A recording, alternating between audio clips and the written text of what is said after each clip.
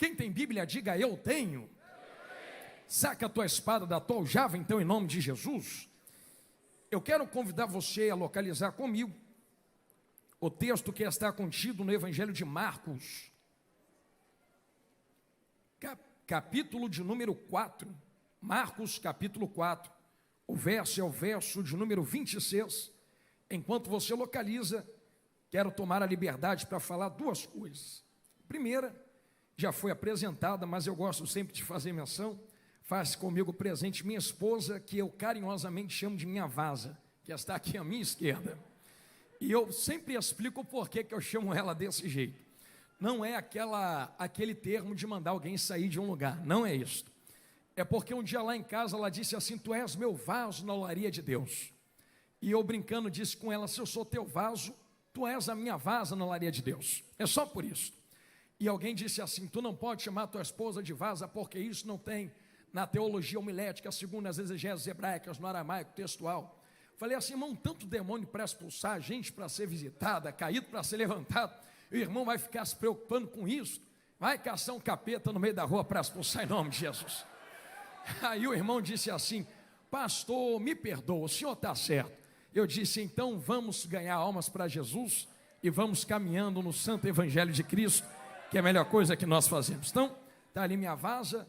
Nós lá na igreja somos vice-líderes de adolescentes, então também tomo a liberdade de trazer um abraço dos jovens adolescentes, e também somos obreiros ali naquela casa espiritual. Eu até brincava um dia desse, que a gente não falta ceia, nem reunião de obreiros. Aí um montão de amigo pregador meu falou assim: duvida. Eu disse: é só aparecer segundo domingo de todo mês, lá na minha igreja, que tu vai me ver lá sentadinho ouvindo meu pastor dar a palavra, cear e depois ficar sentadinho ouvindo as direções aos obreiros. Porque antes de aprendi assim, de levantarmos para falar, temos que sentar para aprender. Glória a Deus por isso. E a segunda coisa, antes de fazermos uso da palavra de Deus, ainda em tempo, os irmãos percebem que a minha voz está um pouquinho cansada, arrastada, mas duas coisas. Primeiro, graças a Deus, que o que salva vidas e gera vidas não é a voz do pregador, mas é a palavra de Deus. Glória a Deus por isso.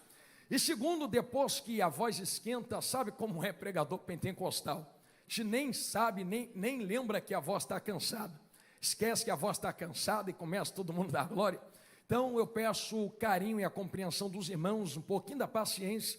Daqui a pouco a voz engrena e a gente vai embora em nome de Jesus e vai ser benção. Amém, igreja santa que vai morar nos céus. Quem encontrou Marcos capítulo de número 4, verso de número 26, diga: eu achei. Assim está escrito na palavra de Deus. E dizia: o reino de Deus é assim como um homem lançando ou lançasse semente à terra, e dormisse e se levantasse de noite ou de dia, e a semente brotasse e crescesse, não sabendo ele como, porque a terra por si mesma frutifica, primeiro a erva, depois a espiga, e por último o grão cheio de espiga. E quanto já o fruto se mostra, mete-lhe logo a foice, porque é chegada a ceifa. Amém, igreja? Pode tomar teu assento, que Deus lhe abençoe em nome de Jesus, e eu peço toda a sua atenção agora. Isto se acomode no seu lugar.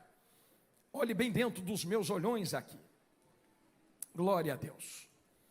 Eu tenho certeza que aos irmãos que estão ouvindo a minha voz nesse momento, tenha plena consciência do que é que está acontecendo aqui esta noite. Eu sei que, como qualquer outro culto, nós de maneira espiritual nos ligamos aos céus, nós adoramos tão belamente com essa orquestra tão linda, Deus abençoe vocês. Mas hoje o peso da consciência de que 94 anos nos pesa as costas. Como o pastor Newton muito bem colocou aqui esta noite, somente mais 6 e vocês são centenários aqui nesta cidade. Não somente um peso de anos, mas uma história e um legado. E se eu pudesse falar a vós que existe uma particularidade na consciência, e por que não dizer na personalidade de Deus, esse mesmo ao qual vocês louvaram com tanto ímpeto aqui esta noite, é que o nosso Deus é um Deus que ama histórias e preserva legados. Deus não quebra legados, Deus não dispensa autoridade instituída, e Deus lembra da história que Ele mesmo construiu. Se você chegar aqui, chegaram porque Deus os trouxe até esse momento. E se chegaram, glorifiquem a Deus por causa disto, porque muitos queriam estar sentados aonde vocês estão e não podem. Mas vocês têm esta oportunidade de adorar a Deus esta noite. Lembrando dos 94 anos que se passaram, e daqueles que ainda estão por vir até o toque da última trombeta. Parece-me que se acende uma chama de esperança no coração de cada um de nós. E perceba que eu estou me incluindo no meio desta história. Eu falo como se fizesse parte, porque, de fato, como muito bem foi colocado aqui esta noite, se chegou hoje e já está participando, então já faz parte desta história. Eu digo isto com esta esperança, porque se Deus é um Deus que ama legado, preserva a história, e ama esta consciência e esta construção, vocês começaram hoje, mas não vieram de lugar nenhum, vocês vieram de algum lugar, e é sobre isso que eu queria levar vocês a uma consciência espiritual e a um pensamento esta noite. Por isso eu fiz questão de ler Marcos capítulo 4, do verso 26 em diante. Nós vemos a construção de algo, e isto que está sendo construído através da parábola de Jesus, não é somente uma árvore qualquer. Talvez você perceba dentro desta história, que Jesus está passando algo muito mais profundo, do que apenas nós irmos no quintal da nossa casa, jogar a semente no quintal, e ver essa semente germinar e brotar. Eu quero trazer à vossa consciência, ao vosso pensamento e ao coração, que a profundidade do que Cristo está trazendo se mostra nos versos seguintes. Ele mesmo continuando do verso 30 ao verso 34, dizendo que a fé é como um grão de mostarda, que apesar de ser muito pequeno, quando é plantado, se torna uma das maiores hortaliças. Então Jesus não diz que há problema em ser pequeno. Jesus traz a uma ideia, um pensamento, que o problema está em pegar algo pequeno e não fazer nada com isso. Porque se plantasse isso que é pequeno, isso cresceria e se tornaria uma das maiores coisas dentro daquele ambiente. É por isso que nós entendemos que quando Jesus traz a ideia de fé, que pode crescer e ser plantada, isto que termina nos versos seguintes, começando no verso 26, está ligando ao reino dos céus. E quando eu falo de reino de Deus, eu não trago somente a ideia de algo que está talvez distante de nós, porque eu sei que quando nós falamos de reino de Deus nos altares, alguns irmãos vão dizer: pastor, eu só vou alcançar isso no toque da última trombeta, quando a trombeta tocar eu vou chegar nos céus. Mas e se eu falar a voz que o reino de Deus termina nos céus, mas não começou lá? Pastor Jonathan, por que não começou lá? Eu digo a vocês que quando eu falo de reino de Deus ou do reino dos céus, parece-me que a história do reino dos céus, embora tenha começado lá, resvala na terra, e tem um novo ponto de início na terra. Por isso que eu disse que começa na terra, porque nós somos agora representantes desse reino terreno, na terra. E se nós somos representantes desse reino celestial na terra, é importante que nós saibamos de onde nós viemos. É por isso que Cristo dá esta ideia logo no verso 26, que alguém lança esta semente na terra. E eu quero que vocês prestem atenção, logo nesse começo de pregação, no verso 27. Esse que lança a semente na terra vai dormir. Então ele não tem poder sobre a semente, ele não tem poder sobre a terra que germina a semente. E eu vou repetir isso para que fique guardado no seu coração. Ele tem o poder de plantar, mas não tem poder de fazer crescer. Ele tem poder de semear, mas não tem poder de fazer a terra germinar. É por isso que ao plantar a semente e jogar na terra, ele deita e se vai dormir. E Jesus é categórico em falar que quando ele se levanta no outro dia, ele olha para a hortaliça ou para a erva que está crescendo.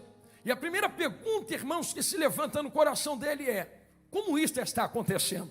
Eu não sei como isto chegou a tal ponto. Eu não sei como chegou até aqui. Como é que a terra deu crescimento nesta semente?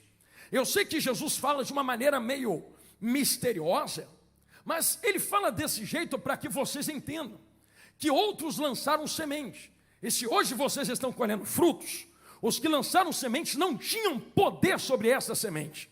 Embora houvesse esperança, eles acreditavam que chegaria ao tamanho que chegou.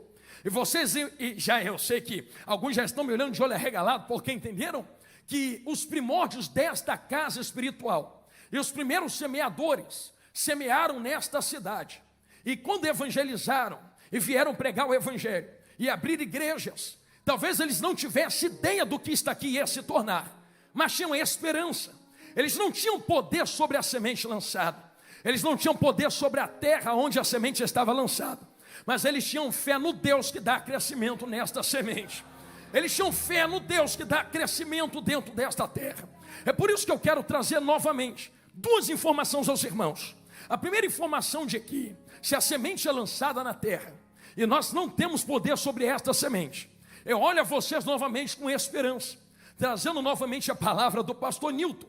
Nós estamos nos 94 anos, mas e se Jesus não voltar nos próximos 10? E se Jesus não voltar em 15? E se Jesus não voltar em 20? Então o que nós temos nas nossas mãos agora, traz-nos a ideia de que precisamos decidir, se o que chegou e que aconteceu já está bom, estabilizado e para por aqui, ou se continuaremos crescendo daqui em diante. Eu sei que vai doer o que eu vou falar, mas vai curar. Tenham certeza de que vocês sabem o que é a santidade. E a santidade funciona mais ou menos como o reino de Deus. Porque a santidade não é deixar de fazer algo, é deixar de fazer algo e começar a praticar outra coisa. Reino de Deus é a mesma coisa. Não é só chegar num ponto, é chegar num ponto e continuar prosseguindo até outro ponto. Como cantávamos antigamente, de fé em fé, de glória em glória. Se essa fé nos trouxe até aqui, então que essa fé seja renovada esta noite, para que prossigamos mais 10 anos de crescimento até onde Jesus nos permitir a trombeta tocar. Eu sei que eu disse que vai doer, mas vai curar. Que não sejamos, por exemplo, como Cristo que fala no Novo Testamento em Apocalipse, não sejam mornos, sejam quentes ou sejam frios, escolham o que vocês querem, porque morno vomitar-te-ei da minha boca. Eu sei que existem várias aplicações teológicas para esse morno, mas a ideia que eu quero aplicar aos vossos corações é: morno é aquilo que está estabilizado, morno é aquilo que diz já deu por aqui, morno é aquilo que diz não quero mais crescer, mas também não diminuo. Eu não sou frio para matar a sede, mas também não sou quente para curar. Então você é o quê? É apenas uma água parada que se contentou com o tamanho que tem. E esta água parada, eu sei que eu vou falar algo aqui, os irmãos vão entender que quando nós vomitamos, o nosso corpo não vomita porque quer. O corpo vomita porque tem um gatilho de autopreservação. Quando você vomita, vomita porque tem algo fazendo mal dentro de você. Então, se Jesus está falando vomitar-te-ei, o que ele está dizendo é: uma igreja parada me faz mal, uma noiva que não cresce me faz mal, e do meu corpo eu vomito aquilo que me faz mal, não porque quero, é porque o corpo tem gatilho de autodefesa. Eu sei que esta palavra é um paralelo ao que estamos trazendo, porque quando a semente é colocada na terra, vai doer, mas vai curar. Ela não tem direito de escolha. Entrou na terra, vai ter que crescer. Entrou na terra, vai ter que germinar. Eu quero abrir um parênteses e começar a pregar diante dessa introdução, para levá-los até onde Jesus mandou. Pastor, não quero. Escolher-se antes de levantar a mão para Jesus. Agora que levantou, quem dá crescimento na obra não são vocês, quem dá é Ele. Eu vou montar um contexto, minha querida orquestra, meus queridos pastores, para que nós entendamos esse pensamento. Dois contextos em grosso caldo, entramos de cabeça nos versos. Primeiro contexto, lembra quando Jesus diz que não se bota vinho novo em odre velho, mas se coloca vinho novo em odre novo, e ambos se conservam. Jesus estava trazendo a ideia de que vinho velho e vinho novo é a essência de religiosidade dentro do judaísmo. Olha que bem dentro do olhando o pastor Jonathan Carlos. Jesus nunca lutou contra a religião judaica. Lutou sim, pastor, ele veio derrubar tudo. Ele veio cumprir o que estava lá dentro. Jesus lutou contra a perca de essência dentro da religião judaica. É como se Jesus olhasse para os judeus e dissesse: vocês têm a lei, vocês têm a regra, mas não é só ter lei e regra, vocês têm que ter a essência do que esta lei e regra produz. Aí ele começa a comparar isso como botar vinho novo em odre velho. Ele diz que a mentalidade engessada. E qual é a mentalidade engessada, pastor? Só até aqui está bom, não preciso crescer mais, não preciso ir mais para lugar nenhum, só de domingo a domingo entrando na igreja, batendo carteirinha, fazendo minha parte, voltando para casa, recebendo o que é meu de direito. Só que quem tem esta mentalidade engessada, odre velho, e recebe vinho novo do lado de dentro, Jesus aponta o dedão e diz: era melhor nem ter recebido vinho, porque odre velho recebendo vinho novo, rebenta. Agora, se vocês forem odres novos, que tem mentalidade renovada, recebendo vinho novo do lado de dentro, eu vou ensinar o que acontece. O que acontece, Jesus grandão? Odres são vocês. E eu sei, porque eu li em algum lugar, que odre não é feito de barro, odre é feito de couro. Eu gostei que a irmã concordou, eu vou usar esse exemplo aqui. Eu sei que todo homem aqui, ou mulher, vai entender. Quem aqui que nunca teve um sapato de couro, um cinto de couro, ou as irmãs que nunca tiveram uma bolsa de couro, eu mesmo estou usando esse cinto de couro aqui, eu só não joguei fora porque eu gosto dele. Mas se você perceber, ele está meio rachado. Rachado por quê? Porque o couro é velho. Quando o couro é novo, ele tem capacidade de se esticar, se adaptar. Couro velho racha, couro velho rebenta. Só tenta imaginar um odre de couro velho rebentando quando recebe vinho novo do lado de dentro. Pastor, por que rebenta? Vai doer, mas vai curar, porque vinho não fica parado. Eu nunca tomei vinho, mas eu estudei acerca de vinho e vi que quanto mais velho o vinho, melhor, sim ou não? Pastor, por que quanto mais velho o vinho, melhor? Porque vinho fermenta. E quando o vinho fermenta, ele cresce de tamanho, liberando gases. Só tenta imaginar algo que cresce de tamanho dentro de algo que não se adapta mais. Vou falar de novo porque é uma pergunta. Só tenta imaginar algo que vai crescer, crescer, crescer, entrando dentro de uma coisa que não cresce mais, que não cresce mais. Vai chegar um ponto que o que está crescendo do lado de dentro rebenta o que não quer crescer do lado de fora. Se perde vinho, se perde odre. Pastor, vinho é o quê? É cerveja, é cachaça hoje em dia? Alguém vai entender. Lembra de Jesus chegando no casamento em Caná da Galileia? Aí ele aponta o dedo para todo mundo e diz assim: ó, traz água aí. Alguém traz água para ele porque tinham pedido para ele. Resolveu o problema na falta de vinho. Ele transforma água em vinho. Eu vou tentar encenar aqui o rosto de quem está provando o vinho. O chefe da festa toma o vinho e diz assim: para esta festa agora. Essa festa aqui é diferente. É diferente por quê? Porque nas outras festas dão vinho bom primeiro, depois que está todo mundo alegrinho, coloca o vinho ruim porque ninguém percebe mais. Aqui é diferente. Aqui vocês estão dando bom primeiro e estão dando um excelente, melhor ainda depois. Quem é que está fazendo isso dentro desta festa? Eu acabei de falar a vocês que quanto mais velho o vinho, mais gostoso. Quanto mais antigo, melhor. Quanto mais velho, mais caro. Só que Jesus acabou de transformar água em vinho. O que Jesus está trazendo é algo novo, é algo vivo. Estão provando algo novo, dizendo: o algo novo que os homens trazem quebra, é ruim. O algo novo que ele traz é muito melhor do que o novo que nós temos. Esse vinho que ele traz cresce. Eu falei de odre que não estica. Agora eu posso falar da AD Blumenau. Eu sei, eu percebi que vocês são uma igreja que são odres de mentalidade nova. Só tenta imaginar o vinho que é Jesus entrando dentro de um odre que se adapta ao crescimento do vinho. Alguém vai entender na galeria, quer ver? Pastor, vamos usar técnicas para crescer fora e depois o vinho cresce dentro. Mas não é o odre crescer fora para o vinho fermentar dentro. É o vinho quem cresce primeiro dentro e começa a esticar o odre do lado de fora.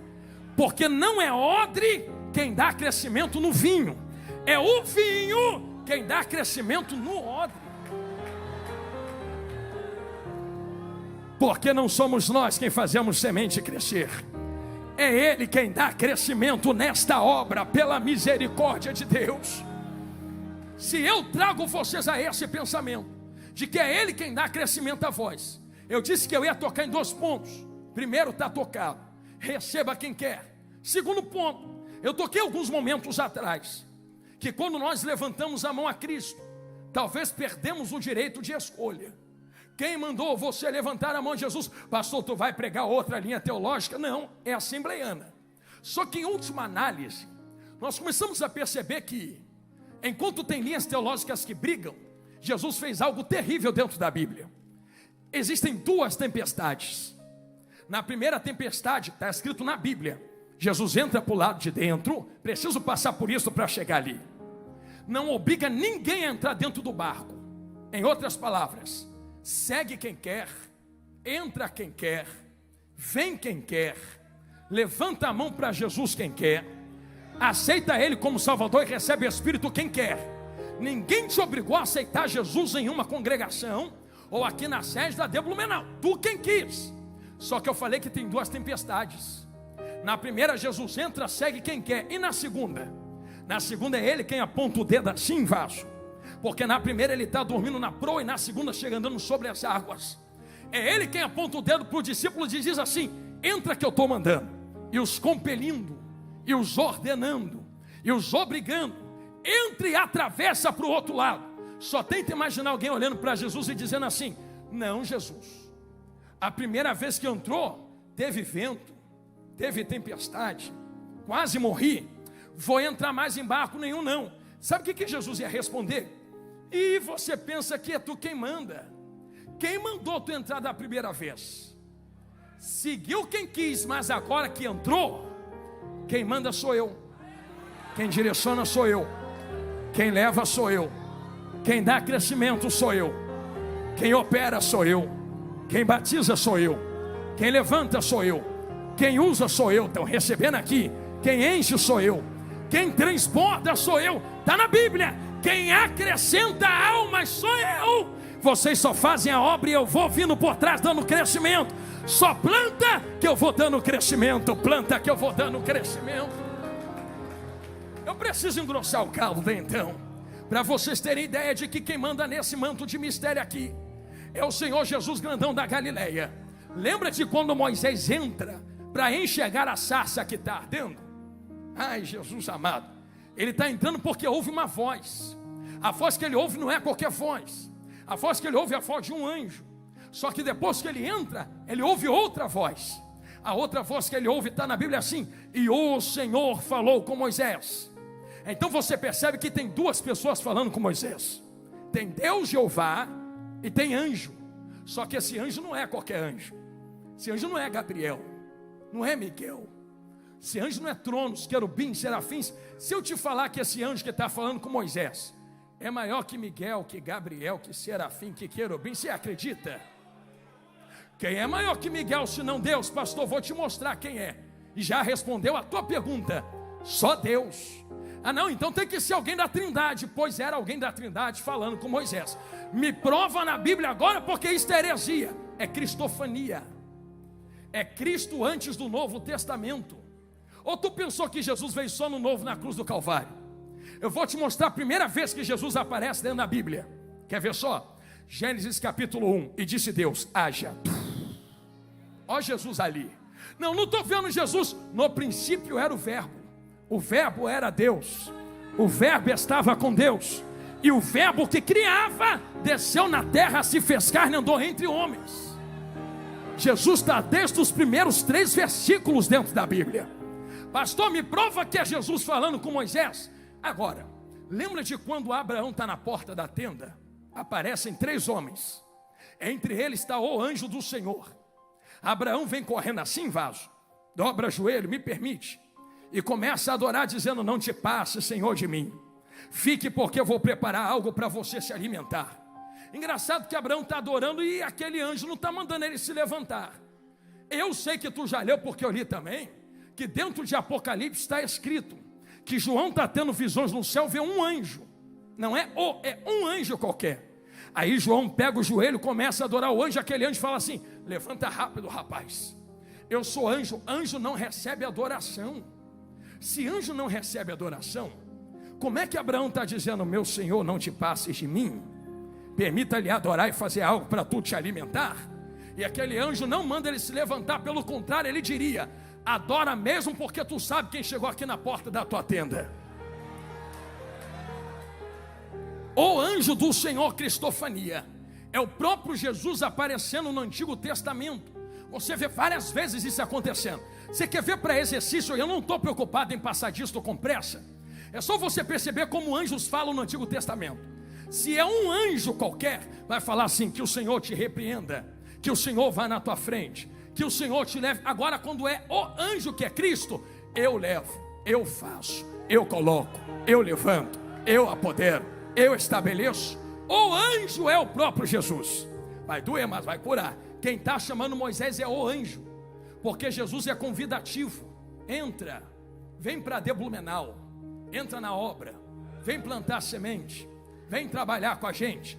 Mas quando tu entra e aceita o convite dele, a voz do anjo sai e entra a voz de Jeová grandão, em letras garrafais, Senhor falando com Moisés. Sabe o que Deus fala com Moisés?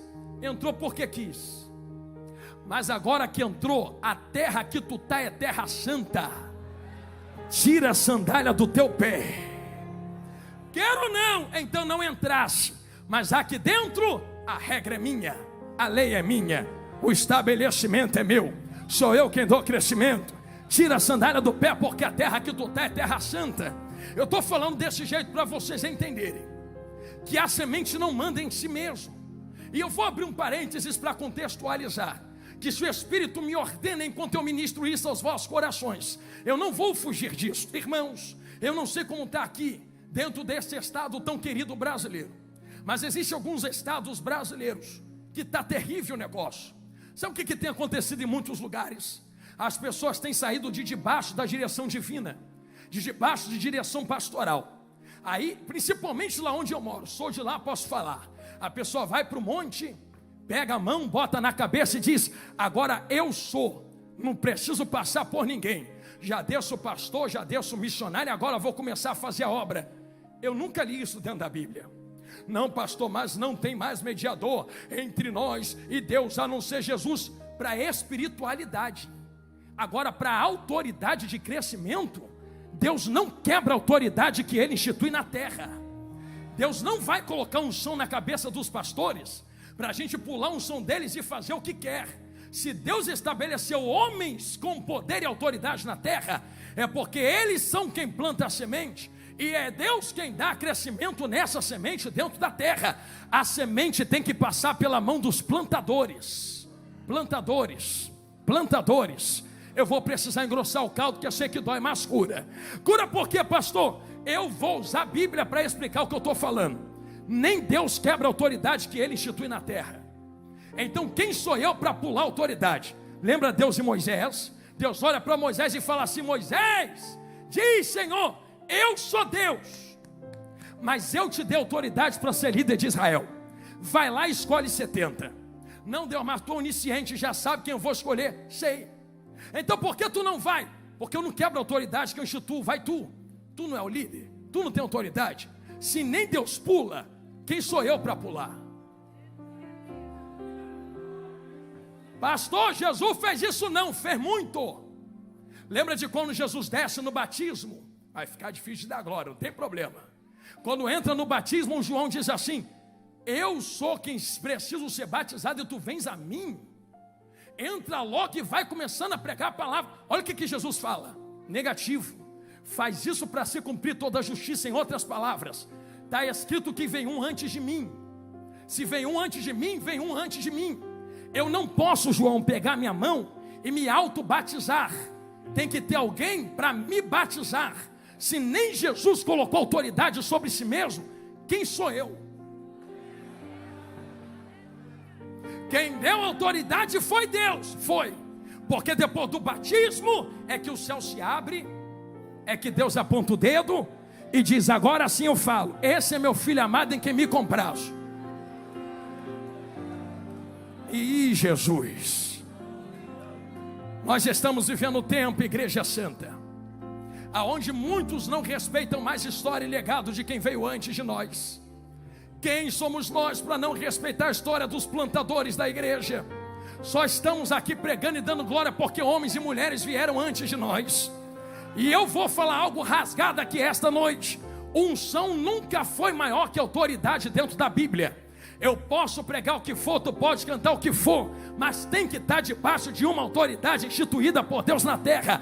Me prova na Bíblia agora, pastor. Agora, porque Jesus está mandando falar. Lembra de quando Deus manda Samuel buscar Saul? A unção que desce na cabeça de Saul não é de rei, é de príncipe, está na Bíblia. Sabe o que é príncipe ali no original textual? É líder, é general. Então o que Deus está falando é: Samuel, vai lá e levanta um líder de guerra, para guerrear. Deus derrama a unção de general, de líder. E a unção que Deus derrama em Davi.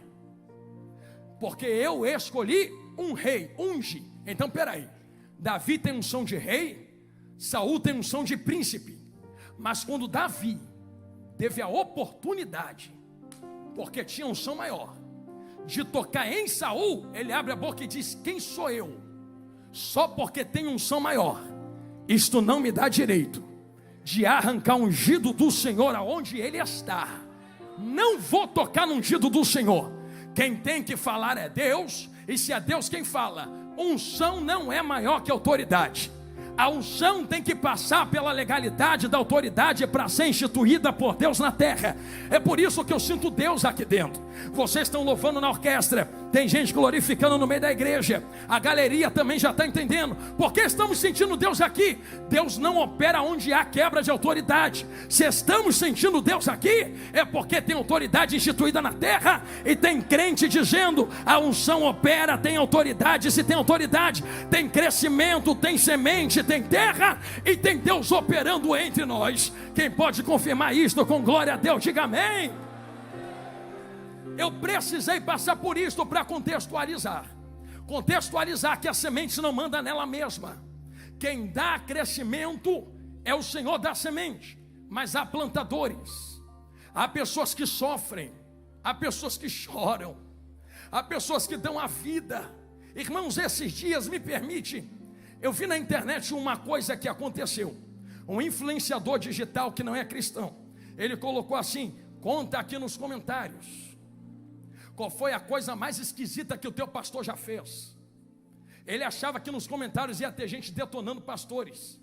Se levantou uma multidão de cristãos dizendo: meu pastor me ajudou na minha hora mais difícil. Meu pastor me sustentou quando a porta trancou para mim. Meu pastor me alimenta com palavra todo dia. Meu pastor me levanta quando os inimigos se levantam contra mim. Eu sei que esse pensamento que o mundo tem a respeito da igreja é errôneo e é quebrado. É que errôneo e quebrado por quê, pastor? Porque é uma igreja que respeita legado e história, sabe de onde veio e sabe para onde está indo, respeita os homens que passaram, respeita os homens que estão, respeita aqueles que estão chegando, a comunhão entre todos, porque o importante não é um ou outro aparecer, é a obra crescer, é a obra crescer, é a obra crescer. Entrei dentro desse ponto agora. Se nós somos plantadores, a terra é quem dá crescimento na semente. Existe algo dentro da Bíblia que eu sei que é um pouco confuso, mas sustente esta atenção comigo. A Bíblia diz que uma semente não pode crescer se antes não morrer. Eu pergunto a vós: quem mata essa semente? Não é o plantador. O plantador só joga na terra. E se eu te falar que é a terra quem mata a semente dentro dela, para depois a semente germinar? Qual é a terra que nós fomos plantados, pastor Jonathan Carlos? Como muito bem foi contada a história desta igreja aqui esta noite. Em 1931, entraram missionários alemães aqui dentro de Blumenau, para começar a plantar semente dentro desta terra. Só que a terra tinha que matar a semente. Como o pastor Newton colocou, houve pedradas, houve perseguições, houve pessoas que se levantaram contra. Mas quanto mais se levantavam, mais a semente germinava e crescia. Eles não entendem que matar a semente não destrói ela. Pelo contrário, perseguir semente faz ela crescer dentro da terra. Estou sentindo Jesus aqui. E existem 3 etapas dentro do versículo. A primeira, a semente se torna uma erva. A segunda, a semente cresce e se torna uma planta. A terceira, a semente cresceu tanto que frutifica. Essas 3 etapas estão falando de 3 histórias. É uma erva como qualquer outra no campo. Quem olha, passa e fala: não dá valor. Para que isso presta? Não serve para nada.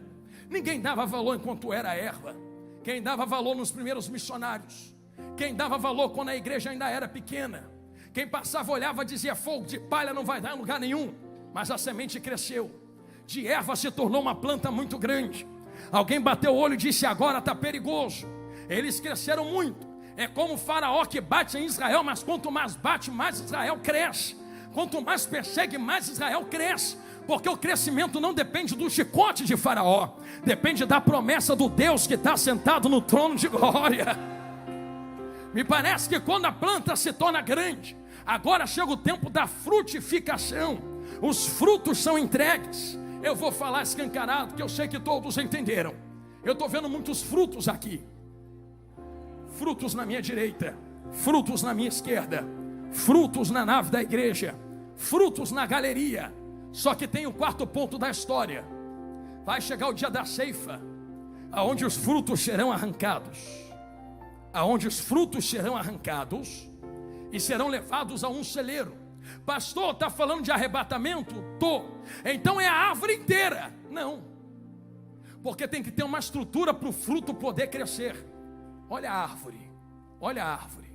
Isso aqui é a árvore. Não é a árvore que sobe, é o fruto da árvore que entra no celeiro. Então quando a trombeta tocar, eu vou usar vocês como exemplo, me permite. Vocês tocaram tão lindo esses instrumentos. A minha esposa e a minha vaza diziam assim: parece que eu estou dentro dos céus. Mas quando a última trombeta tocar, o instrumento fica, o sax fica. Quando a trombeta tocar, o teclado fica. Quando a trombeta tocar, as cadeiras ficam, os bancos ficam, o microfone fica, a caixa de som fica, a câmera fica, a estrutura predial fica. Porque Deus pode dar crescimento na planta sim, mas o propósito da planta nunca foi ser arrancada e levada para a glória. Porque Deus não leva tijolo, Deus vai levar os frutos. Então Ele institui a planta, frutifica, tira os frutos e diz: vem os frutos, fica a planta. Vem os frutos, fica a planta. Vem os frutos, fica a planta. Vem os frutos, fica a planta. Que nunca percamos esta visão. É muito bom. Eu lembro muito bem de quando meu avô, que ainda era vivo, não sou saudosista, mas permita-me lhes contar esta experiência. Meu avô ainda era vivo, e quase nos seus 90 anos, aquele bigodão de português, ele me pegava pequenininho e dizia: meu neto, vamos embora para a igreja. Pegava 2 ônibus para chegar no centro de Magé, uma cidade no meio da roça rural lá no Rio de Janeiro. E de lá ainda pegava mais um ônibus para chegar no meio do matagal. Saltava no ponto de ônibus no meio da pista e ia andando para meio do mato. Era só vovô com lanterna, carregando eu, minha irmã às vezes. Meu pai ia também, a gente ia atrás de vovô. Chegava naquela igreja pequenininha. Quando eu olhei aquela igreja a primeira vez, e eu acostumado com a cidade grande, a igreja da cidade grande lá no Rio de Janeiro, eu vi aquela igreja de telha furada, chão de terra batida, os bancos furados. Quando o irmão ligava o violão só tinha 5 cordas, e se tivesse a 6 estava desafinada. A menina do pandeiro estava faltando aqueles globinhos do pandeiro. Eu disse: nossa, mas uma igreja humilde. Mas eu sei que Deus está aqui porque vovô falou. Irmãos, era Deus, era vovô bater aquele sininho que tinha antigamente e dizer assim: irmãos, vamos cantar o hino da harpa 107, por favor.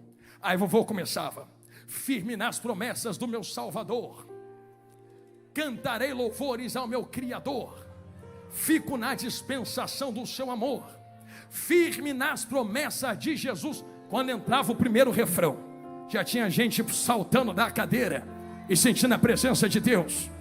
Quando o vovô entrava no segundo, já tinha criança profetizando. No terceiro já tinha gente sendo curada. No quarto já tinha jovem sendo batizado. Aí o vovô apertava o sininho e falava: amém, irmãos. Foi só o primeiro hino, vamos para o segundo, vamos para o terceiro, vamos para a leitura bíblica, vamos para as oportunidades. Ainda tem a palavra de Deus. Eu falei: meu Deus, se ainda está no primeiro hino da harpa e está assim, imagine quando chegar no final desse culto. Cada culto era céu na terra. Aí eu começava a entrar dentro de outras igrejas nas grandes cidades. E quando eu entrava dentro da igreja eu dizia assim: tem algo diferente. Porque eu sei que Deus que está lá também está aqui, mas eu não estou sentindo a mesma coisa que eu sinto lá. Aí eu pequenininho, o Espírito Santo começou a me dizer: Jonathan, a árvore fica, quem vem é o fruto. A árvore fica, quem vem é o fruto. A árvore fica, quem vem é o fruto. A árvore fica, quem vem é o fruto. Jonathan, igreja somos nós em comunhão. Deus vai levar a igreja de dentro da árvore, vai entrar numa nova igreja celestial quando nós chegarmos na glória. Nós somos a igreja que subirá no toque da última trombeta. Quem entendeu isso que eu falei, diga amém. Precisamos caminhar por um caminho dentro desse pensamento. Existem alguns crescimentos que Deus dá, só que esse crescimento, como ele não depende de quem planta a semente, mas do dono da semente, eu preciso ser categórico e falar algo. para entrarmos de cabeça onde o Espírito Santo está nos enviando aqui. Pastor, o que é que você vai falar? Eu digo a vocês que os primeiros que plantaram semente nessa igreja, lá atrás, há décadas atrás, talvez não soubessem o que esta grande igreja se tornaria hoje, mas Deus sabia, porque o Deus que estava impulsionando eles lá, também já estava presente aqui esta noite, como já está presente daqui a 10 anos no culto do centenário, daqui a 6 anos, perdão. O pastor está dizendo o quê? Que a onipresença de Deus não se retém a lugares. Deus está presente aqui, sim ou não? Está na tua casa, sim ou não? Também. Mas Deus é tão poderoso que isso vai no tempo vaso. Então Deus está lá atrás, em 1931, e eu vou ser categórico em falar isso, que Deus não vai lá, Deus está lá. É a mesma consciência, é o mesmo Deus. Pastor, mas isso dá um nó na cabeça, é para dar nó mesmo. Deus está aqui recebendo teu glória, mas também está lá em 1931 dizendo: planta, planta, planta, planta, planta, planta, evangeliza, prega, ganha alma, planta igreja. O Deus que está lá incentivando o missionário, está aqui hoje recebendo teu glória e dizendo: continua plantando, continua plantando, continua plantando, continua fazendo, porque ele já está daqui a 6 anos, se a trombeta não tocar, lá no centenário dizendo: chegamos no 100, vamos para 110, vamos para 115, vamos para 120, e esta árvore só cresce dando frutos. Pastor, se Deus é onipresente, está no passado, presente e futuro? Tá. Se está, já sabe o que acontece? Sabe. Se sabe o que acontece, sabia que daria certo? Sabia. Como sabia? Sabia porque se está em todos os lugares ao mesmo tempo. Eu vou soltar esta palavra, dê glória a quem quer, está dentro desse contexto. Ele não erra a cabeça, ele não erra a unção. Quando ele entra em um lugar e diz: tu vai pregar minha palavra, tu vai ser missionária, tu vai ser pastor. Eu vou fazer uma pergunta, porque eu quero que vocês pensem mesmo que palavra tem que ser racional. Você acha que quando Deus entra aqui dentro da igreja, aponta o dedo para você e diz assim: você vai ganhar muita alma para mim? Tu acha que ele está tentando? Ele não está tentando acertar a cabeça. Aí você está vivendo um momento terrível na vida, ou talvez a igreja esteja passando momentos difíceis e diga: eu não consigo enxergar isso que Deus falou. Não precisa enxergar, só precisa crer, porque semente plantada não é enxergada, está debaixo da terra. Agora, se você começar a crer e entender que se Deus não erra a cabeça, lança a palavra e diz: eu vou fazer, não é porque Ele está tentando fazer, porque já está feito. Aí você muda a tua visão do que Deus fez aqui nesta igreja em Blumenau. Quando Deus trouxe os missionários, Ele não estava tentando, Ele já estava vendo você dando glória aqui dentro hoje. Ele não errou a cabeça de pastores, pregadores, orquestra, ministros, irmãs e irmãos. Quando Ele usou pastor, pregador, ou usou missionário para ir lá na porta da tua casa, ou lá na esquina daquele bar, ou quem sabe lá naquela boca de fumo, ou quem sabe lá em cima daquela comunidade, que apontou o dedo bem no meio do teu narigão e disse: vai ser crente ganhador de alma. Aí tu disse: não sei como. Olha onde você está hoje dando glória, porque Deus não estava tentando acertar a tua cabeça. Só que como a árvore não para de crescer até o dia da colheita, Deus continua fazendo promessa de usuário aqui dentro, de usar pessoas aqui dentro.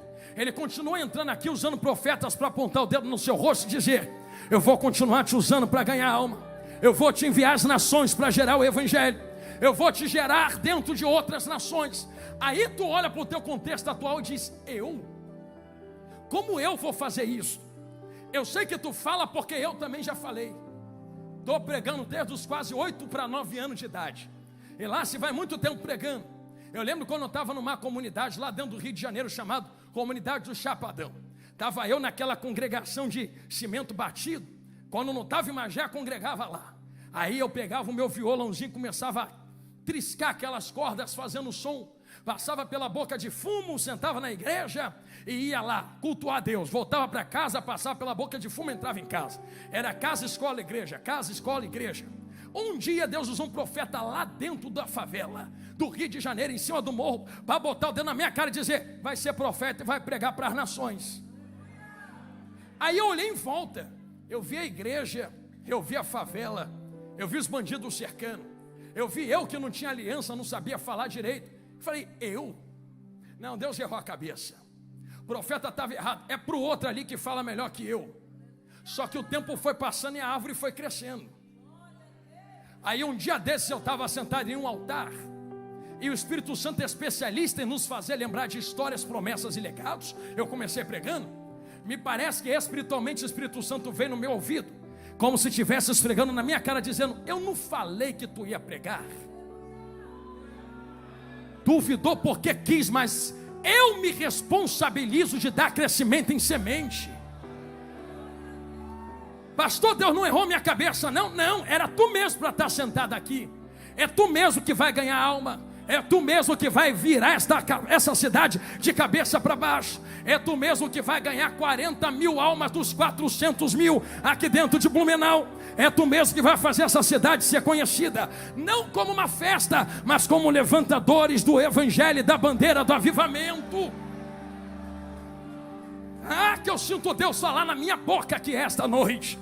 Pastor, Deus não erra não. E eu estou batendo nesta tecla, porque se Deus está falando que vai fazer aqui na minha boca, ei Jesus, é porque daqui a 15 anos Ele já está dizendo: ó, já está pronto, já está acontecendo. É só tu que não chegou aqui ainda, mas já estão pregando, já tem milhares de almas, já está a cidade transformada, já estão levantando bandeira de avivamento. É só vocês continuarem caminhando e plantando, caminhando e plantando, caminhando e plantando, caminhando e plantando, que eu me responsabilizo de dar o crescimento até chegar nesse ponto aqui. Deus já está na frente e sabe o que vai acontecer. Eu não trouxe vocês por esse caminho à toa, para usar a liberdade que me foi dada de outorgar e ministrar a palavra do evangelho. Eu trouxe por esse caminho, porque eu disse a vocês que vocês não vieram de qualquer lugar. Já sei, pastor, tu falou que eu vim do missionário de 1931. Foi mais atrás. Já sei, foi Daniel Berg. Foi mais atrás. Já sei, foi Jesus. Foi mais atrás. Eu vim de onde? Comecei para a gente ir do meio para o final. Gênesis capítulo 1. Foi de lá que tu veio, do capítulo 2. Formou Deus o homem do pó da terra. Agora eu quero começar. Soprou fôlego nas narinas. O homem se torna alma vivente. Coloca no jardim do Éden. Parece-me um modelo de igreja instituído. Tem família na terra, tem Deus descendo viração do dia, relacionamento divino entre homens e Deus. Mas o relacionamento é quebrado pelo pecado de Adão e Eva. Deus não desiste de Adão e Eva. A retórica bíblica é que Deus continua descendo a viração do dia dentro do jardim. E a prova disto, e eu lanço diante de vós teologicamente falando, é que Deus aparece na entrada do jardim e pergunta: onde tu estás? Eu vou perguntar de novo, que eu gostei do Jesus aqui na minha direita. Deus é onipresente, sim ou não? Se é onipresente, não está em todos os lugares? Se está em todos os lugares, não está onde o Adão está escondido, no esconderijo de Adão? Se está no esconderijo de Adão, não sabe aonde Adão está? Se sabe aonde Adão está, por que está perguntando aonde estás? Não está perguntando onde estás porque perdeu. Deus sabe aonde está. Está perguntando porque Deus está dizendo mais ou menos isso aqui para Adão: Adão, eu já te vi, eu estou aí contigo, mas também estou aqui na porta te chamando. Só que Adão, temos relacionamento. É a primeira vez que eu estou entrando, tu não está aqui. Aonde tu está? Em outras palavras, volta para onde tu nunca deveria ter saído. Vou chegar lá. Volta para onde tu nunca deveria ter saído, porque tem locais específicos de relacionamento. Eu vou falar isso aqui para não parecer heresia. Eu preciso construir isso aqui. Pastor, Deus se relaciona comigo em qualquer lugar. Sim, tu pode orar em qualquer lugar, mas tem locais específicos de manifestação divina. Você quer ver só? Terceira vez que eu estou falando. Se Ele é onipresente, Ele está aqui, sim ou não? E na boca de fumo? Tá. E no axé, no pagode, na roda de samba, e na porta de um bar? Com certeza está. Senão não era onipresente. Só que tem diferença entre Deus estar e se manifestar. Deus está lá, mas não se manifesta, porque ninguém está invocando Ele lá. Por que tu sente Deus aqui? Porque Ele está aqui e se manifesta aqui, porque tem gente invocando Ele aqui. Por isso, quando Deus chama Adão, Deus está dizendo para Adão: Adão, eu não me relaciono contigo no teu esconderijo, porque eu não me manifesto aí. Eu te chamo da porta, vem, porque é aqui que eu me manifesto. Aí sabe o que tu faz? Quando Deus diz: vem igreja, Aí tu pega a tua Bíblia, toma teu banho, pega Uber, vem de carro, entra na igreja e vem ser curado, receber palavra, ouvir louvor, cantar para Deus. Entra aqui dentro da aldeia Blumenau. Tem lugares específicos de manifestação. Eu fiz questão de passar por isso para vocês entenderem que quando o relacionamento de Deus com Adão quebrou, Deus olhou para ele, apontou o dedo e disse: rapaz, eu não estou entrando no jardim para fazer plano de emergência. Eu sou onipresente, estou em todos os lugares, sei de tudo. Se sei de tudo, já sabia que tu ia cair. Se já sabia que tu ia cair, eu poderia te pegar e jogar no inferno agora, ou fazer melhor ainda, poderia nem te ter criado. Eu gostei do olho arregalado, eu vou falar então. Eu estou vendo gente me olhando de olho arregalado, e esta palavra é para nós.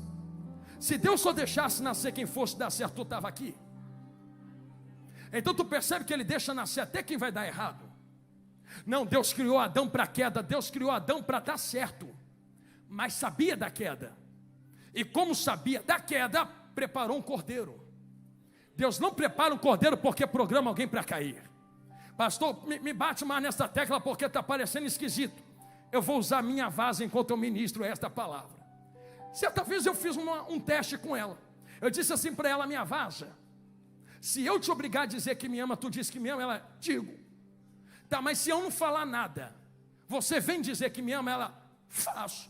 Aí eu falei para ela: o que te parece mais verdadeiro? Eu forçar você a dizer que me ama, ou eu não fazer nada e você de tu mesmo ter liberdade para vir dizer que me ama?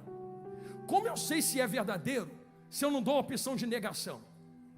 Eu vou falar de novo, que eu gostei do olho arregalado da juventude ali. Se Deus só cria quem vai funcionar e dar certo, então nunca criaria quem vai dar errado. Se não cria quem vai dar errado, é muito bom, mas é uma ditadura. Mas é de amor, mas é ditadura. E não existe liberdade em ditadura. Programa todo mundo para dar certo. Então como eu sei que o que Ele fez é verdadeiro, se eu não tenho direito de escolher o contrário? Por isso Ele deixa nascer quem vai dar errado. E mesmo a quem vai dar errado, Ele levanta uma igreja para pregar o verdadeiro evangelho, dizendo: vem que a porta é estreita, mas ainda está aberta. Estou sentindo Ele aqui. É por isso que uma queda não define quem você é na sua vida. Eu estou chegando, estou voltando para dentro de Marcos. Pastor, caí, levanta de novo. Pequei, se santifique e segue. Desviei, renova a aliança.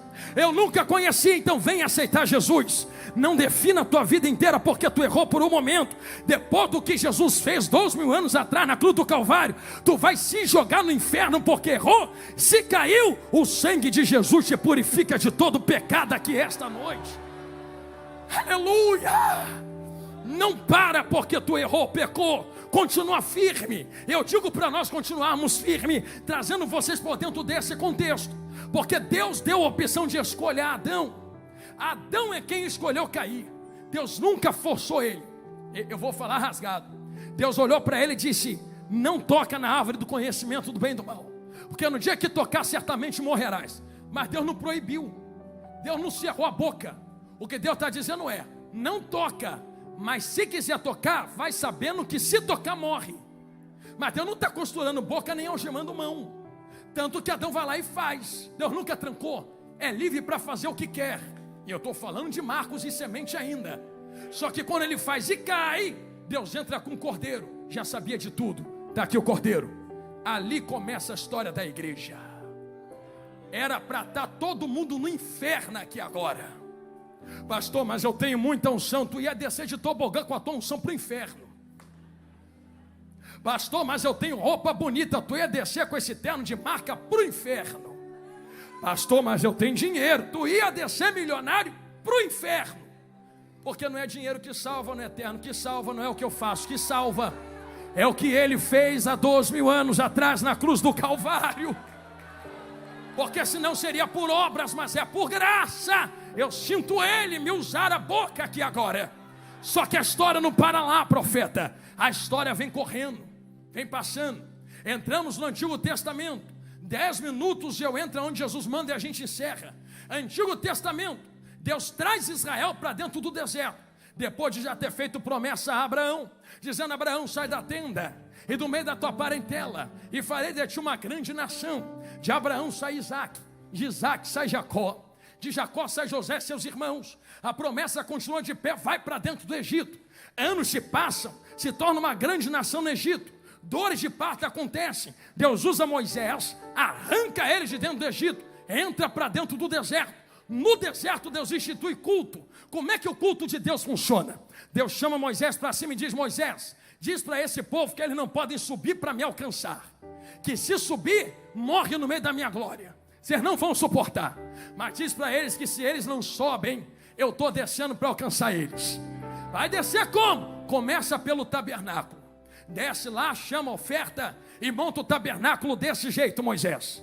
Vai atravessar a primeira porta, altar de sacrifício, pia de santidade ou de bronze.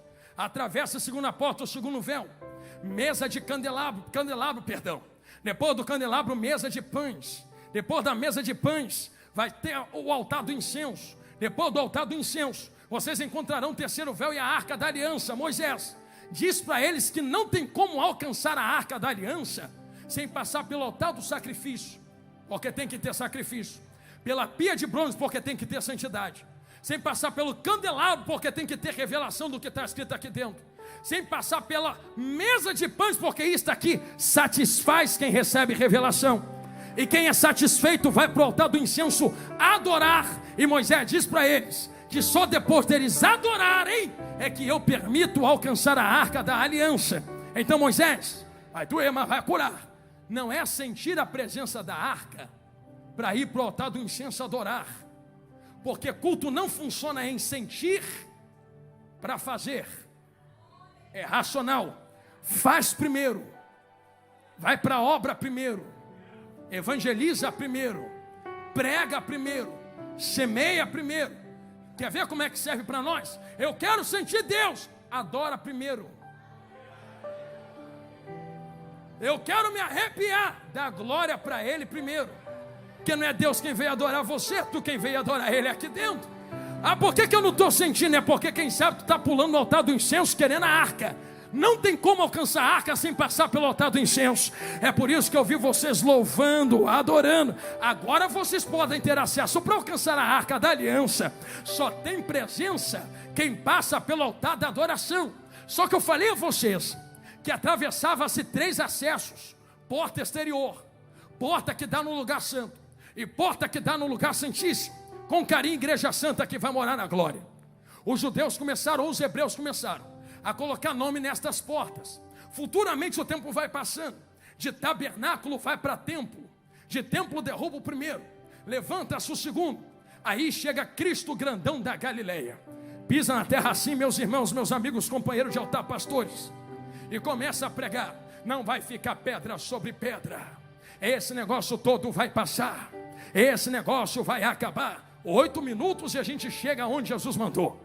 Aí começa a olhar para Jesus em certo sermão e diz assim: como é que a gente alcança a presença de Deus? Existe uma coisa dentro da teologia que eu nunca mais esqueci que meus pastores ensinaram. Imagina Jesus pregando e diz assim: vocês querem alcançar Deus? Queremos. Então vocês têm que atravessar as 3 portas. Qual é o nome que vocês dão para as 3 portas dentro do templo? Aí alguém pega a palavra e imagina alguém dizendo assim: olha, nós atravessamos a primeira e alcançamos o altar do sacrifício e pia de santidade, mas ela é um caminho para alcançar a segunda. Então nós chamamos a primeira porta de caminho. Tá, e a segunda? Na segunda, já entenderam ali, o candelabro revela o que está escondido, e a verdade oculta nos satisfaz, e isso nos leva à adoração. É a verdade que está escondida e foi revelada. Ah, e a terceira porta? A gente atravessa a terceira e encontra a própria arca, que é a vida de Deus. É vida. Então peraí, vocês estão me dizendo que agora para alcançar Deus tem que passar o caminho, a verdade e a vida? Eu sou o caminho, a verdade e a vida. Ninguém vai alcançar Ele se não passar por mim. Quando o povo olha isso, fala: quem é esse carpinteiro para tomar essa responsabilidade nas costas? Mas Jesus sabe quem é a autoridade que tem, vaso. Ele reúne o povão, os discípulos, melhor dizendo, e diz assim: eu vos dou autoridade. É por isso que eu estou falando que vocês não estão aqui à toa. vocês não estão sozinhos. Vai ter espírito, vai ter glória, vai ter poder, mas unção sem autoridade não funciona. Eu vos dou autoridade para pisar, para fazer acontecer, expulsar no meu nome. Vocês vão trabalhar para o reino. Só que Jesus não fica na terra. Ele diz: é necessário que eu vá, para que o Pai vos envie outro Consolador.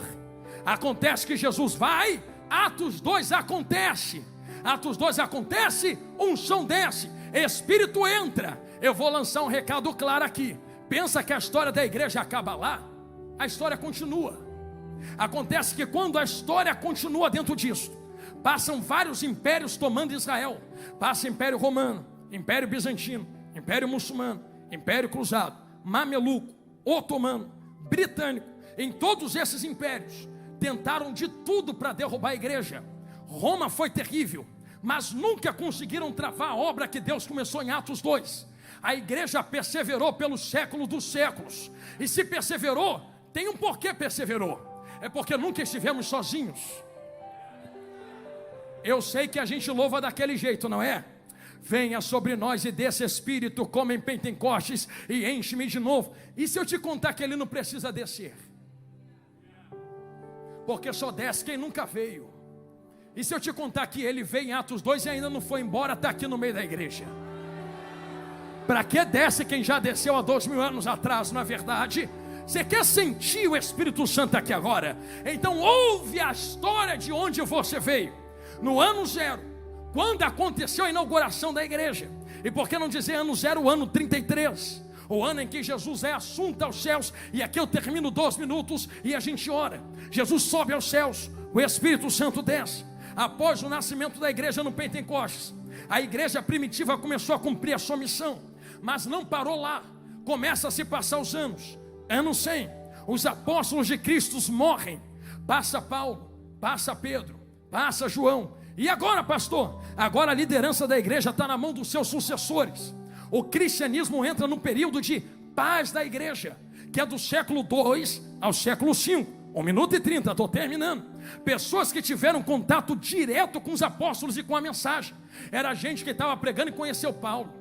Era gente que estava falando de Jesus, mas conheceu João logo atrás. Era gente que sentou na mesma mesa com Pedro, aí dizendo: Pedro, vamos embora pregar o evangelho a toda criatura.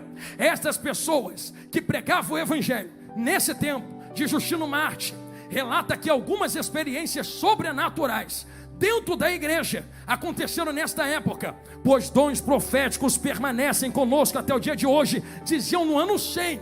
No ano 100 já havia um combate contra o que Deus colocou dentro da igreja, dizendo desde Atos 2, chamaram de fim.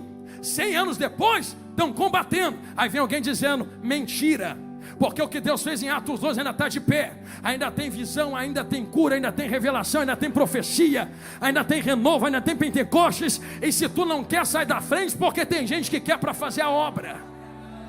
Só que o ano 100 passa, a igreja assenta. E depois do ano 100 entra no 3º século. A igreja sofrendo perseguição terrível. Continuamos com relatos de líderes do cristianismo primitivo, conhecidos por toda a cristandade, como Irineu, Novaciano, Cipriano. Eu anotei algumas coisas para lhe passar. Esse último demonstra que no 3º século os dons espirituais ainda eram comuns dentro da igreja. Ainda tinha língua estranha, visão, profecia. Só que o tempo passa, o crescimento da igreja acontece de forma estrondosa.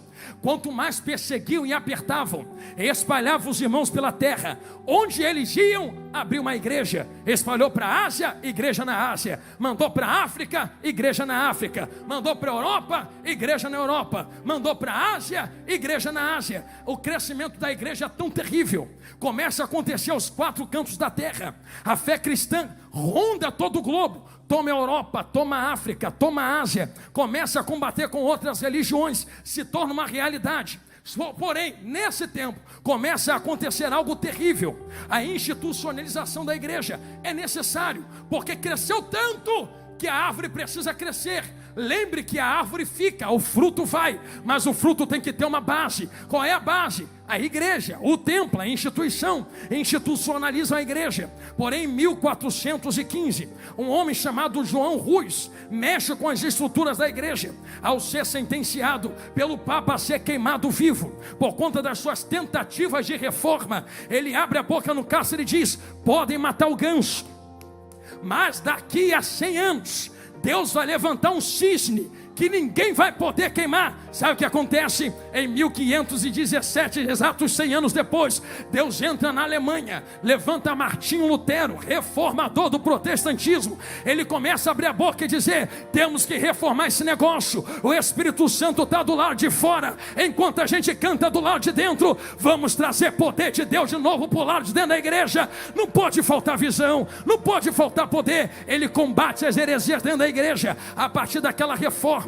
entra-se no século XVI, se passa a reforma protestante, se expande pelo continente europeu, chega na Inglaterra. Em 1650, Deus começa a varrer a Inglaterra. Cheguei aonde Jesus mandou, de cima a baixo, dizendo que através da boca dos pregadores: eu estou irado com a terra, convertei-vos dos vossos pecados. Entra no querer e na vontade da justiça divina. No meio desse movimento que chega na Inglaterra, se levanta um pregador. Olha aqui bem dentro do meu olhão, ele tinha o meu nome, chamado Jonathan Edwards. Eu sou Jonathan Carlos, pequenininho do Brasil. Ele foi grande na Inglaterra. Ele ficou diante de uma congregação igual esta aqui na Inglaterra, apontou o dedo e diz assim: pecadores na mão de um Deus irado.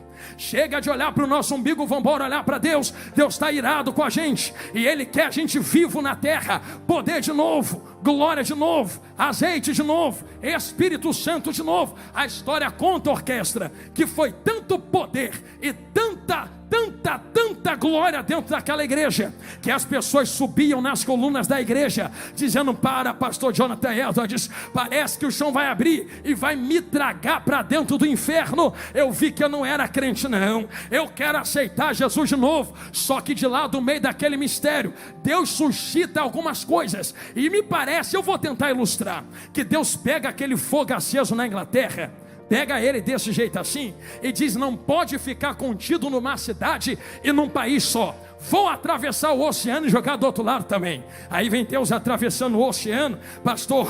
E quando ele chega, pastor Nilton, do outro lado do oceano, ele começa a varrer um lugar chamado Estados Unidos, procurando um lugar para jogar aquele fogo. Aí ele encontra um homem com a cabeça entre dois caixotes de madeira, pastor Seymour, e ele começa a dizer: ah, Senhor, se ninguém quiser, eu quero. Faz de novo, faz em mim, enche eu, através de mim. Eu imagino: Deus do céu, tu quer poder? Quero. Então toma fogo que veio da Inglaterra. Foi tanta glória na rua Azusa, que a história conta que o chão da igreja rachou de uma ponta a outra. Eu vou falar rasgado o que aconteceu lá. Pensa que a gente precisava suar igual cuscuz na panela para poder pregar o evangelho? O pastor Seymour só dizia: Jesus está aqui. Era mais de 50 batizados no Espírito Santo. Quem pisava na porta caía endemoniado se tivesse. Quem passava na rua se tivesse doente, era curado na hora. Era tanta glória que o culto não durava 2 horas. Começava num dia e não tinha tempo para terminar não. Só que pensa que o fogo que foi aceso na rua Azusa ficou retido na rua Azusa. Já estou vendo o crente entender, está chorando. Parece que Deus pega aquele fogo e diz assim: a nação que eu toco com esse fogo é transformada. Toquei a Inglaterra cresceu. Toquei os Estados Unidos cresceu. Agora eu quero tocar outro lugar. Imagina Deus pegando fogo e descendo. Passa por Cuba. Eu imagino se tivesse um anjo na glória dizendo: joga em Cuba. Cuba não, vamos mais. Joga em Haiti. Haiti não, vamos mais. Joga aí dentro do México. México não, desce mais. Olha aí a Venezuela. Venezuela não, desce mais. Olha a Colômbia, Equador. Não, desce mais. Onde tu quer jogar esse fogo? Achei um lugarzinho escondido aqui dentro da floresta amazônica. Eu vou jogar esse fogo aqui. Traz 2 missionários da Suécia, incendeia eles na rua Azusa e manda eles entrar em Belém para inaugurar a Assembleia de Deus. Aí vem aqueles 2 missionários no fogo do Espírito, que foi aceso em Atos 2, e veio correndo a história dizendo: Assembleia de Deus, Assembleia de Deus, Assembleia de Deus. Pensa que ficou retido em Belém? Veio descendo. Aí foi pegando o Nordeste, foi pegando o Norte, foi pegando o Centro-Oeste, foi pegando o Sudeste, até que em 1931, entenderam ali, veio o missionário alemão entrando em Blumenau, dizendo: estou com fogo de Atos 2, quem quer? A Assembleia de Deus em Blumenau. Pensa que a história acaba agora? Porque nós estamos diante de um momento de escolha. A Bíblia está fechada. Deus tem mistério para fazer na terra antes do toque da última trombeta. Não acredita, então dê licença para a igreja que acredita. Esse evangelho será pregado em testemunho de todas as nações, mas não vai ser pregado de qualquer jeito. Vai ser pregado com a vida e com fogo e com unção antes de a trombeta tocar. Vai ter um grande avivamento de palavra em toda a face da terra. E eu já estou profetizando: vocês são a ponta dessa espada do que Deus vai fazer aqui no sul. Pastor, por que nós somos a ponta desta espada? Porque a história começou no céu, desceu para a terra, iniciou em Atos 2, veio correndo 2.000 anos. Posso jogar a peteca para você, 30 segundos e a gente ora. Quem somos nós para não respeitar o legado de 2.000 anos de história? Não temos o direito de deixar o fogo apagar na nossa geração. Já passou Pedro, já passou João, já passou Paulo, já passou Lutero, já passou Billy Graham, Jonathan Edwards. É com vocês que Deus quer fazer agora. É com esta igreja aqui em Blumenau que Deus quer fazer agora. E a semente não pode ser plantada de qualquer jeito na terra. Eu estou terminando, é por aqui mesmo que eu queria vir. Se há um avivamento para acontecer, avivamento é mais ou menos isso aqui. Deus vai mandar uma chuva seródia, como diz o antigo profeta. Tem gente na terra plantando semente, só que antes de plantar semente, diz o profeta, tem que passar o arado na terra, porque tem que ter vala para colocar a semente. Só que arado na terra fere a terra. Olha aqui dentro do meu olhão, que eu sei que dói, mas cura. Nós não transformaremos essa nação, nem esse mundo, dizendo que Jesus é docinho de coco e água de leite. Nós transformaremos essa nação passando o arado que revira a terra de dentro para fora. É ferindo a terra. Não, mas eu não tenho espada. Tu quer espada melhor do que esta aqui? É com esta espada que a gente revira a terra de baixo para cima, aonde a semente é colocada e a chuva desce. Se queremos ver Deus transformar esta nação, eu não te pedi isto até agora, vou te pedir a primeira vez. Tu pode levantar a mão assim direita para o alto. Isto, levanta e mantém ela. Se o meu povo, que se chama pelo meu nome, mas tem político corrupto, a nação está em crise, falta dinheiro, a porta trancou, a empresa faliu. Não, mas eu não quero saber disso. Se o meu povo, que se chama pelo meu nome, não, mas as nações estão cercando o Brasil com imposto. Se o meu povo, que se chama pelo meu nome, não, mas a crise está terrível, está estourando guerra de todo lado, tá bom, a terra está suja, mas se o meu povo, que se chama pelo meu nome, se humilhar e orar e se converter dos seus maus caminhos e buscar a minha face, então eu, o Senhor, ouvirei do céu, perdoarei o seu pecado. Vamos ver que alguém vai entender lá na galeria, quer ver? E sararei aonde tu está colocando a tua semente, só porque tu deu glória. Vai baixando a mão assim quem está do teu lado agora. Me suporta, é a primeira vez que eu estou te pedindo isso. Tu pode pegar a primeira e última vez na mão de quem está do teu lado aí. Jesus, olha lá o que tu vai fazer. Eu sou doido pentecostal assim mesmo, esquenta a cabeça não. Segurou? Pastor, não gosto de pegar na mão de quem está do meu lado. Isso aí é jargão de pregador, isso aí é Bíblia. Me prova na Bíblia que eu tenho que pegar na mão de quem está do meu lado. Agora, Timóteo, diz Paulo, desperta o dom que está em ti, que tu só tem porque eu toquei a minha mão na tua cabeça. Entender ali? Pega na mão de quem está do seu lado. E já não pegar na mão é transferir algo que a gente tem. É tocar a mão na cabeça, é tocar mão com mão. Enquanto tu está de mão segura com quem está do seu lado, Deus vai renovar nossas vidas aqui agora. Renovar com o quê, pastor? Com algo que desceu em Atos 2. Ele ainda não foi embora. Ele está no meio da igreja. E se alguém quiser ser renovado agora, para transformar Blumenau e botar esta cidade de cabeça para baixo, eu lhe convido a fazer o que ensinei na arca. Não dá para sentir presença sem adorar. É adorar para poder sentir presença. Enquanto esta casa é espiritual, abre a boca para liberar 1 minuto de adoração. Deus começa a renovar na pessoa do Espírito Santo. Pessoas aqui dentro agora. Quem quer ser renovado? 1 minuto de glória a Deus e aleluia, se tu consegue.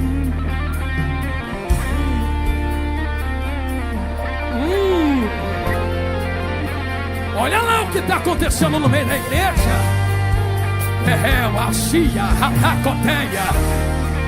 É desse jeito aí que chegamos até aqui. E é desse jeito que vamos subir no toque da última trombeta. Não, não, não, não. Deus não chamou uma igreja apagada. Deus chamou uma igreja acesa desde Atos 2. Se for para cantar, canta. Se for para gritar, grita. Se for para marcha, marcha. Deixa o Espírito Santo te possuir aqui dentro agora. Eu falei 1 minuto, não falei? Eu vou ser fiel à palavra que eu liberei. 60, 59, 58, 57, 57. Depois eu olho. 55, 54, 53, 52, 51, 50, 49, 48, 47. Tá contando pra quê, pastor? 45. Tô contando porque eu profetizei. 44. Tem menos de 1 minuto. 42. Uma nuvem de glória toma conta desta casa. Um terremoto de mistério começa a acontecer. Aonde houver crente pentecostal, nascido na cruz do Calvário, que traz o fogo de Atos 2. Um terremoto de glória toma conta desta casa agora. Quem tem, tem. Quem não tem, abre a boca que ele começa a lhe renovar agora. 38, 37. Mortos ressuscitarão, cegos enxergarão, coxos andarão, mudos falarão. Proclamemos o ano aceitável do Senhor. Jesus grandão é o nosso general. Vambora guerrear na terra que ele está conosco. 29, 28, 27, 26, 25. E olha vaso tomado da glória de Deus no corredor da igreja. 21. Olha Deus tomando gente nas galerias, pastores. 19, 18, 17, 16. Tem um renovo do Espírito Santo sobre nós. 15, 14. Quem quer poder, receba ele aí agora. 12, 11. De graça recebi, de graça eu vos dou. 10. A glória de Deus repousa nesta casa. 9. Aonde houver uma enfermidade escondida, bate e retirada. 8, 7, 6. Aloia, Acia, Guerrerataracapuquiteia. 5. Meu Deus do céu, é isso mesmo? 4. Então tá bom. Segura tudo, meus amigos. Segura tudo, meus amigos. 3. Para que seja aprovado, porque Jesus está mandando eu fazer isto. 2. Que esta manifestação da igreja não é coisa de incentivo humano. É só a igreja entendendo quem é que começou a passear entre nós desde o começo do culto. para ninguém sair dizendo que foi porque o pregador gritou, porque os instrumentistas louvaram com tanta glória. Então segura tudo, meus amigos, daqui a pouco vocês voltam. Isso, eu vou parar de falar também. Se é de nós, acaba agora. Se é algo verdadeiro que começou em Atos 2 e ainda está aceso, olha o sinal de glória que Deus dá no meio da Blumenau agora.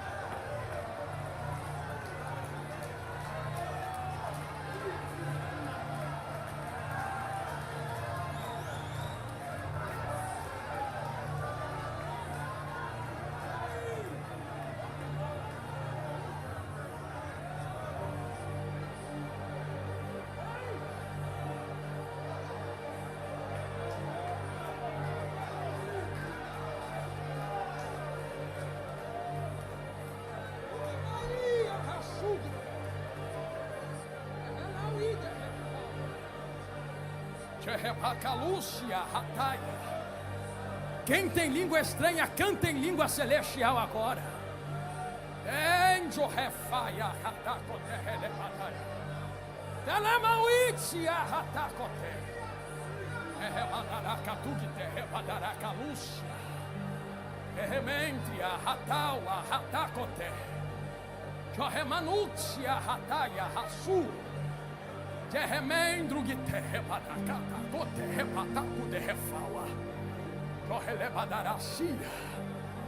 Ele está aqui. Ele está aqui. O Espírito Santo está aqui, meu amigo. Eu estou se sentindo. Eu estou te sentindo, meu amigo. Ele está aqui. Ela se refaia.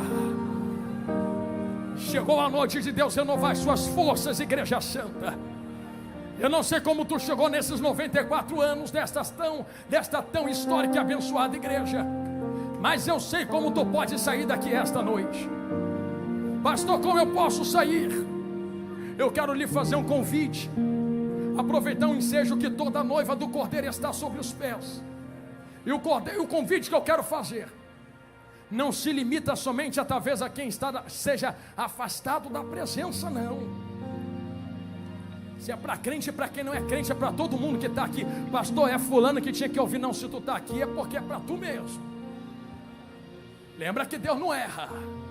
É para mim mesmo porque, posso ser sincero, imagina eu chegando diante de Deus lá na glória, ou de Jesus no toque da última trombeta, e dizendo assim: ó, meu terno, mereço entrar. Ó, minha gravata, minha saia, a Bíblia que eu carrego, mereço entrar.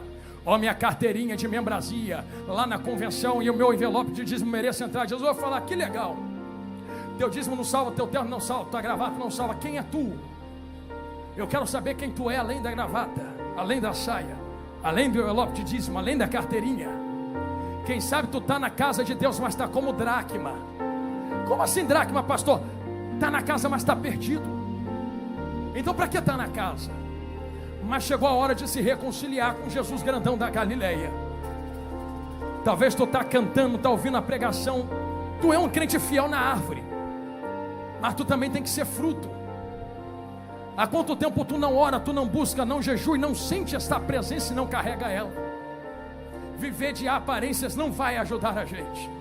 Ah, não, estou com vergonha de ir na frente. Jesus não teve de tu na cruz do Calvário, porque tu vai ter dele agora. O convite que eu faço a quem tiver coragem, sendo crente ou não estou perguntando se tu está na igreja ou está fora da igreja, é se você é uma dracma encontrada, ou se você é um fruto produzido por esta árvore. Se o fruto está com falta de nutriente, três coisas: ou tu vem renovar a aliança, ou você vem renovar as forças, ou você vem aceitar Jesus como Salvador. É esses três convites que eu abro neste momento. Se você quiser aceitar Jesus ou renovar a sua aliança, a hora é agora, porque a hora não me espera mais e eu quero orar pela sua vida. Será que há uma primeira vida entre nós? É só levantar as mãos assim. Eu quero lhe enxergar no nave no meio da igreja. Se houver alguém aqui na nave ou na galeria, a hora é agora. Jesus não foi à cruz para te ver ir para o inferno.